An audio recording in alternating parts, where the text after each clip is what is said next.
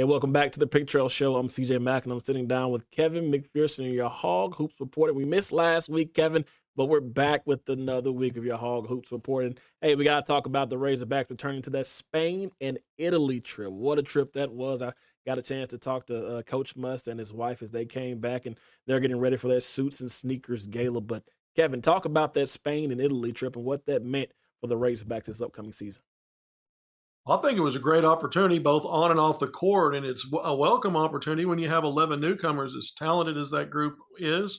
Right. And we really got some glimpses and flashes of what the potential is, what some of the problem areas are. Eric Musselman values these opportunities because he would like to play as many games as possible that don't count in preparation. He's talked about that in the past. But the team goes 4-0, wins every game by double digits, average 10 dunks a game.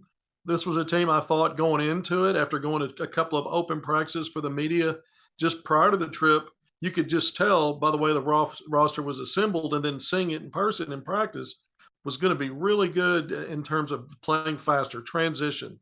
There was a 24-second shot clock in the FIBA, based on the FIBA rules over there. And in college, it's 30. And one question mark might be, well, how do they adapt? It was never a problem. Arkansas got up shots quickly as it attacked. It really attacked the paint and the rim. So a lot of things in general, I thought that Arkansas kind of backed up what you expected this team might bring. Now, the quality of opponents, the final game in Italy, the Back and Bears is a pro club, a pro organization, a Danish club that's got a strong history in European basketball on the pro level. And Arkansas really handled that team from start to finish, defensively especially.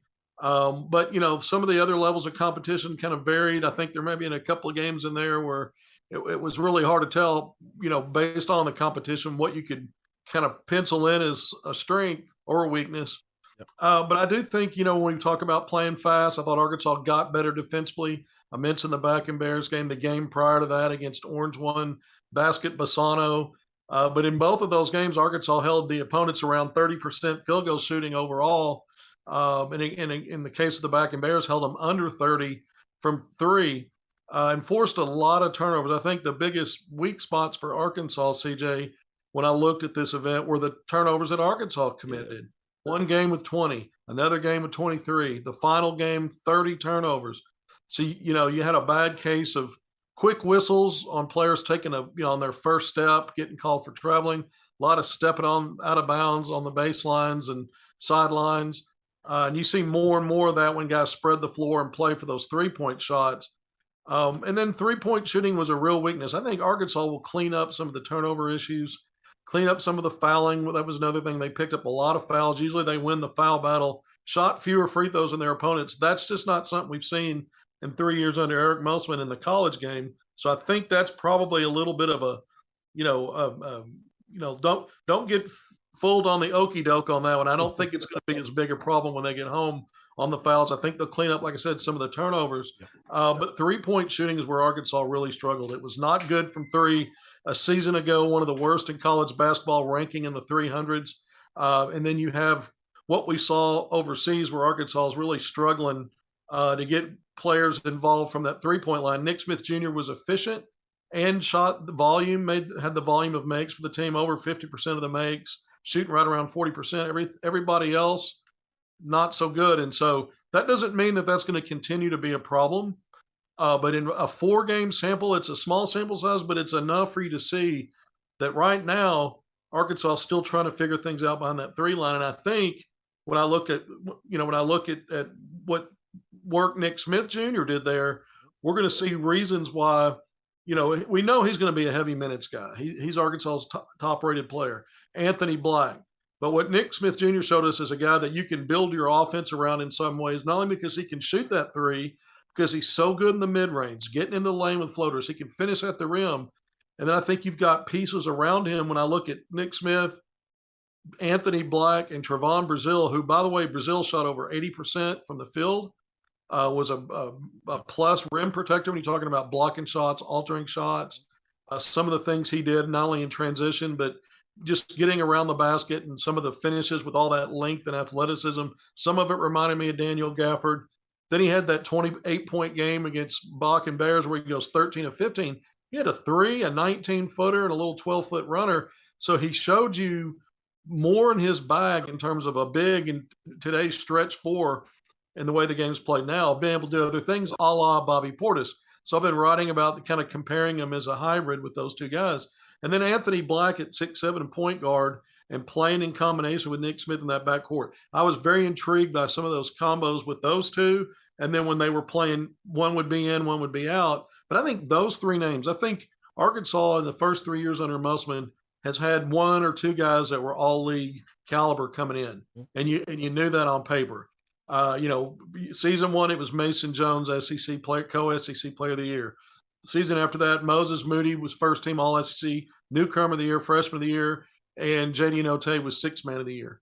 Last season, it was Notae and Jalen Williams on that first team all SEC. I think Arkansas legitimately comes in with 3 guys. I mentioned those names. I think right now, based on what I saw in 4 games, those are 3 names that jump out to me as all league potential. But it doesn't end there. You've got Devo Davis, who was a preseason second team all SEC a year ago, who I thought had an outstanding tour. He had a 7 turnover game at the end. That wasn't good. But other than that, the guy really did a lot of things for Arkansas, scored the ball, facilitated, finished tied with Anthony Black for the team lead in assists, did a lot of really good things, team lead and shared the team lead in steals, and shot at a high percentage, over 50%. I think around 57%. Kamani Johnson, what a battler in the paint, man. This guy is a warrior on the glass, very efficient, gets to the free throw line, checked a lot of boxes at that 5 spot, even though he's only 6'7", and we talk so much about that portal and all the length and size and height and some of those measurables that maybe he doesn't necessarily check those boxes, but then he just goes in and blue collar beats you to death. And I thought he was consistently good. You look at Ricky Council, the 4th, the final out of the portal of the 5 out of Wichita State, 3rd-year player whose athleticism and strength at 6'5", 6'6", and some of the things he can do on the basketball court, but he was consistently a good rebounder on the trip. So I think these are some of the names. Jordan Walsh really impressed me, especially those first 2 games. Thought he tried to do maybe a little too much in the last 2 games, but I think he's a guy that's going to learn from this. And then one name I want to make sure that we do not leave out is a freshman nobody was talking about as much as the 3 5-star. It's Barry Dunning Jr., who made the most of his opportunities, and I thought was really good for Arkansas when he was on the court. And so you kind of see a top 8 rotation if you were basing on the minutes and roles in Spain and Italy in those names I mentioned. But we're 2+ months out from the start of the regular season. And there's other guys that are capable and have talent and ability who have proven it on the college level. When we start talking about the Mitchell twins, Jalen Graham, who's, a high major guy in the Pac-12, was 2nd team all league last year. So there's other guys on the board still that could work their way into a rotation for Arkansas.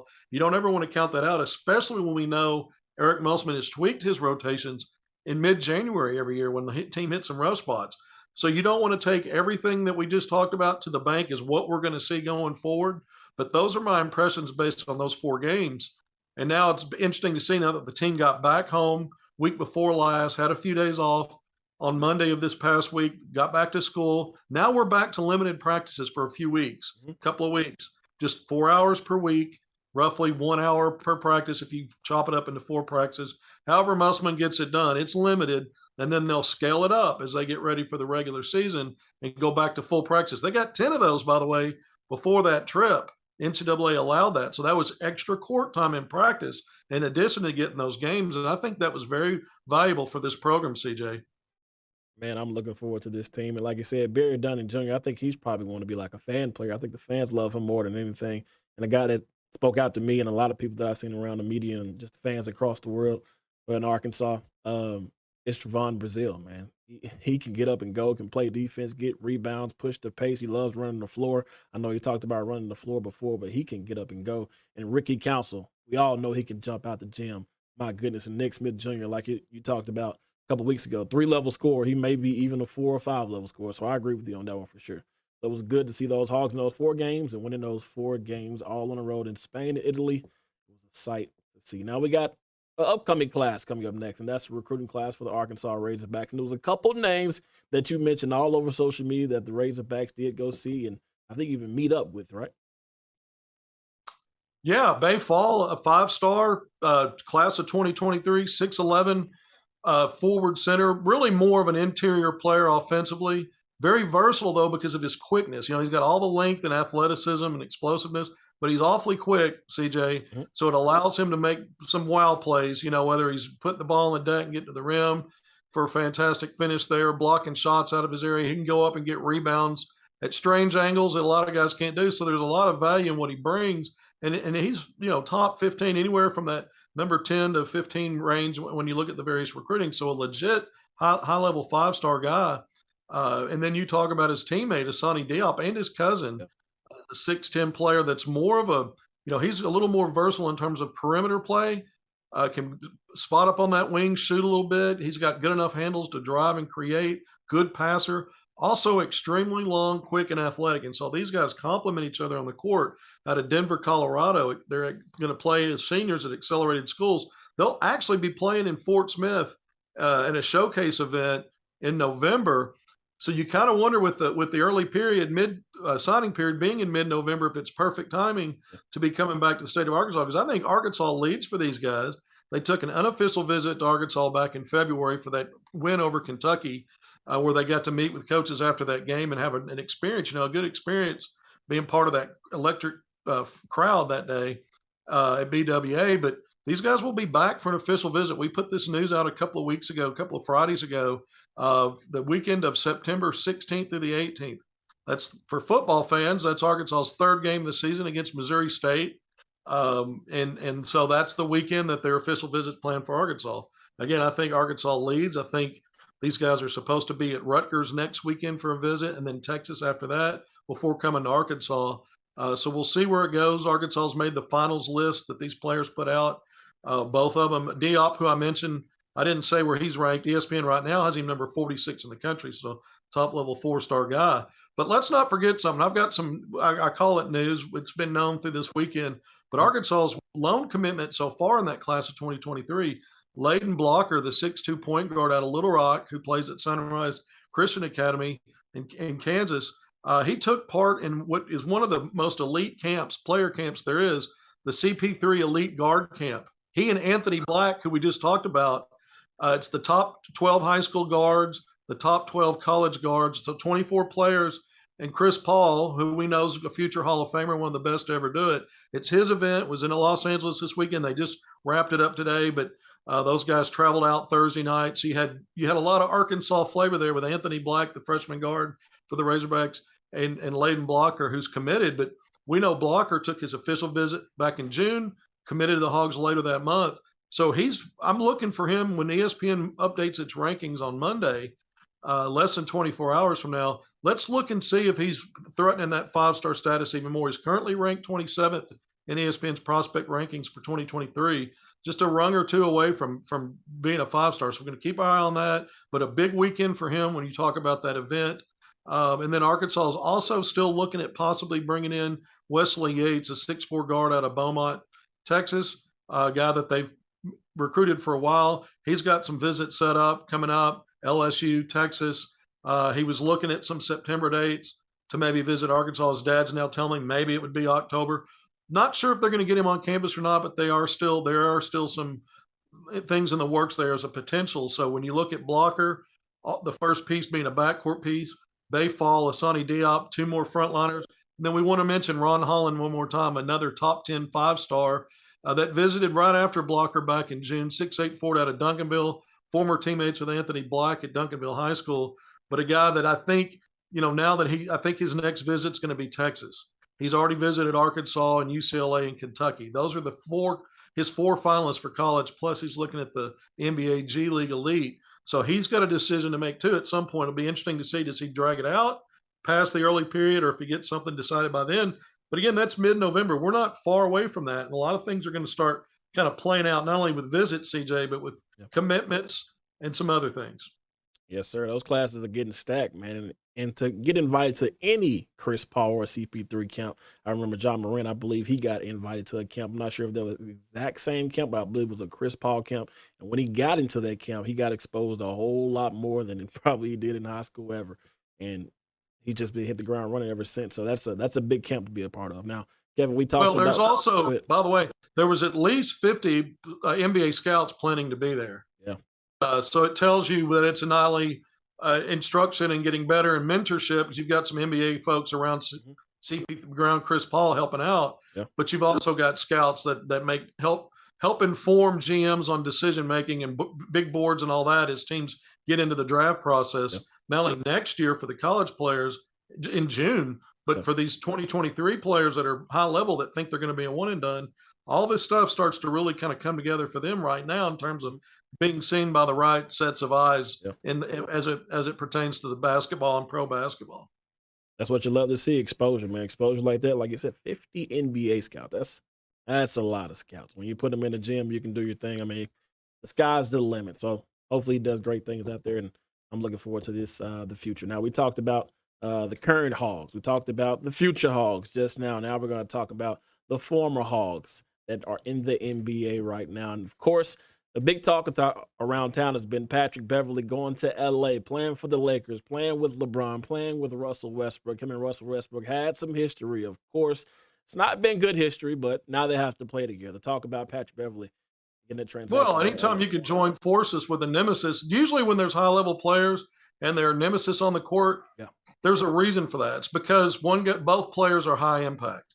If it makes news in basketball circles, that means they're relevant and they matter. So those players respect each other, even if they have some grievance and stuff in the past. You join forces, you want to make the most of it and use it to your advantage. So I think those things get ironed out.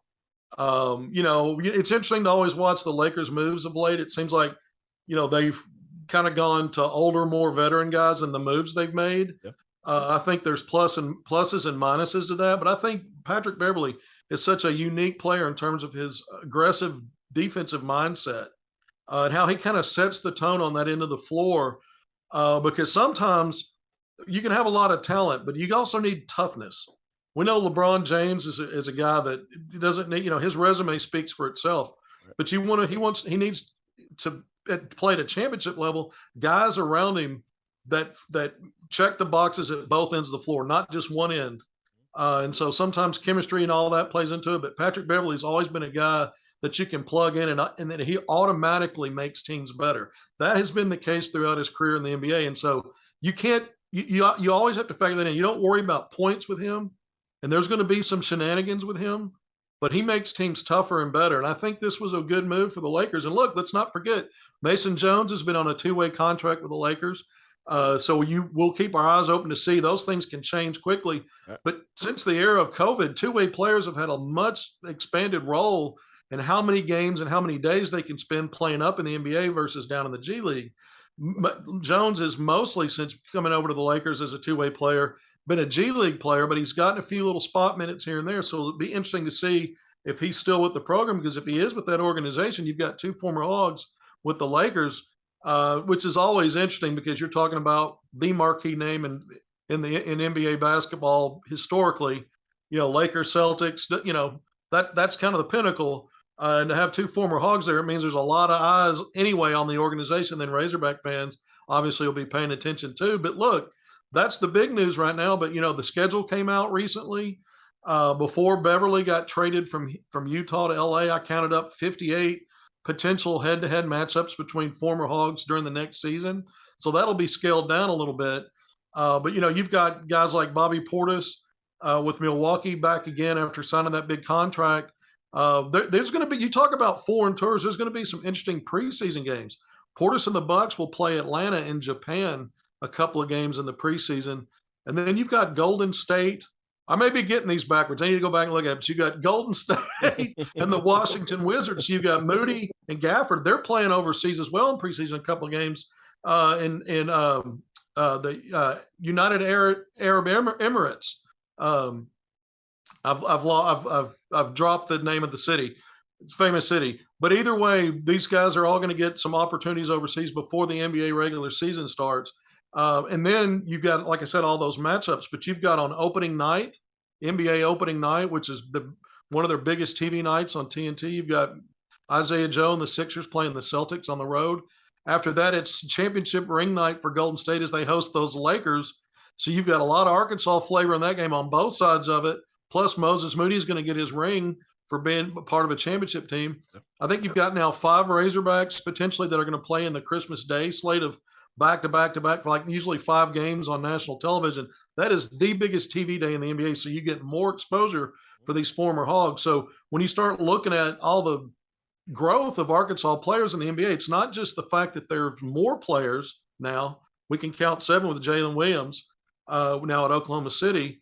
But you've also got the fact that they're getting these opportunities in these big moments. Why? Because most of them are playing on really good teams. You got Portis and Moses Moody are both NBA champions in 2 years running, 2 years consecutive. Those teams are going to meet a couple of times in the regular season. So that's going to be interesting to watch. The two most recent champions hooking up. But so you got a lot of storylines with Pro Hogs, and it all kind of snowballs when things are going well with the Razorbacks.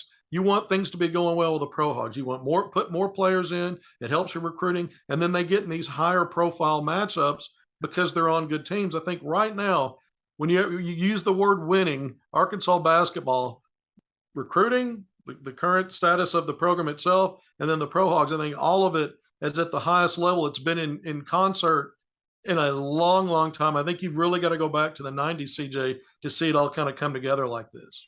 Ooh, the 90s.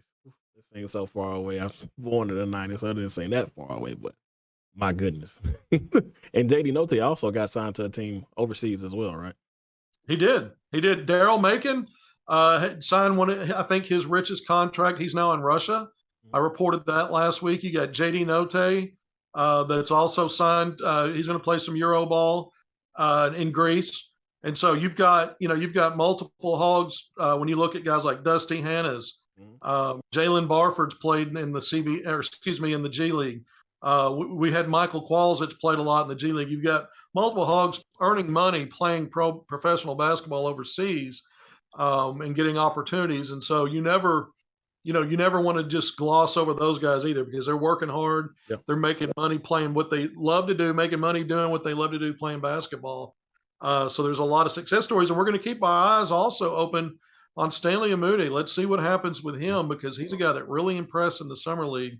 So we're going to pay attention to him and see where things lead for him. Hopefully we'll hear something soon. Yes, sir. I'm looking forward to it. Kevin, I appreciate you stopping by, man. It's good to see you after a week. I know it, CJ. We missed you last week. We'll be back each and every week now, Kevin. I appreciate it, man. Thank you. That's it for your Hog Hoops report. We got more Picture coming up after the break.